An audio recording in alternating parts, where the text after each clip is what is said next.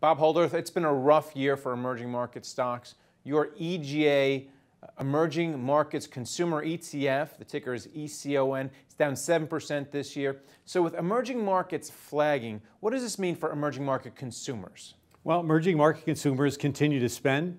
Their wages continue to go up. Think, if you will, about recessions here in the U.S. where people may spend 2 or 3% less, right, in kind of a stagnant economy. Japan's economy was flat for almost 20 years, but there was still consumer spending over there. So the opportunity is there, the productivity is there. There are a lot of people coming into the middle class spending a lot of money, and that just continues to go on, regardless of stock prices. And yours is a concentrated ETF, I think 30 stocks. Can you just talk about how you choose the stocks in there? Sure, it's 30 names. It's a very simple process, actually. Dow Jones, we work with Dow Jones to put this portfolio together.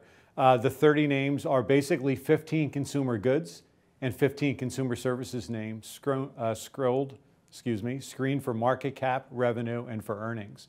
And yeah, it's a concentrated portfolio across about a dozen or so countries. Can you talk about your China exposure? Because a lot of emerging markets are attached to China through commodity exports, and we keep hearing that China's slowing.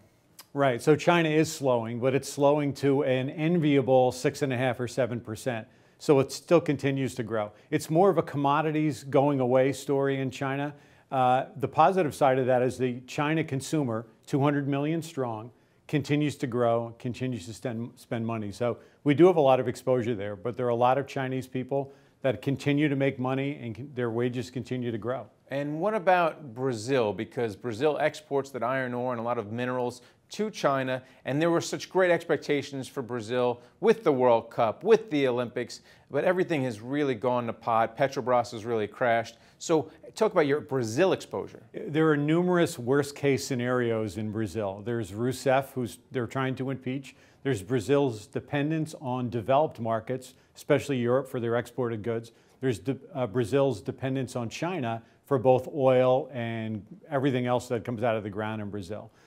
We have about 10% exposure to Brazil. Obviously, in a consumer fund, you don't own any energy and materials companies, which is why we designed this focused fund. So our biggest holdings there are Ambev and Brazil Foods.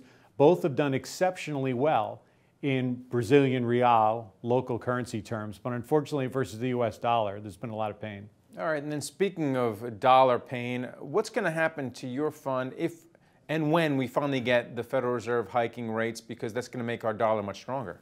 Well, I think investors have had years to anticipate and to bake in exactly what impact the dollar is going to have, excuse me, exactly what impact the Fed's rising rates are going to go to the dollar. So we don't think there's going to be any major impact.